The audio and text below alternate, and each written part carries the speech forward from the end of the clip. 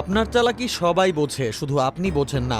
নন্দিত হয়ে বিদায় নেন, নিন্দিত হয়ে বিদায় নিয়েন না। প্রধান উপদেষ্টা ডক্টর মোহাম্মদ ইউনূসকে উদ্দেশ্য করে এবার এমন হুঁশিয়ারি দিলেন বিএনপি নেতা গয়েশ্বর চন্দ্র রায়। এ সময় দ্রুত জনগণের গণতান্ত্রিক অধিকার ফিরিয়ে দিতেও আহ্বান জানান তিনি।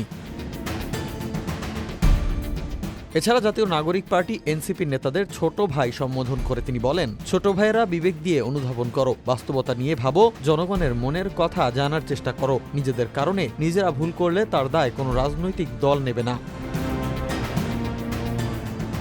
বিএনপির জাতীয় স্থায়ী কমিটির সদস্য গয়েশ্বর চন্দ্র রায় এ বক্তব্যে উল্লেখ করেন, শেখ হাসিনা পালিয়ে প্রমাণ করেছে শেখের বংশ পালায়, জিয়ার বংশ পালায় না। 17 বছর ষড়যন্ত্র একরকম ছিল, এখন তা অন্যরকম। প্রকাশ্য শত্রুর সাথে লড়াই করা যায়, তবে অদৃশ্য শত্রুর সাথে লড়াই করা কঠিন।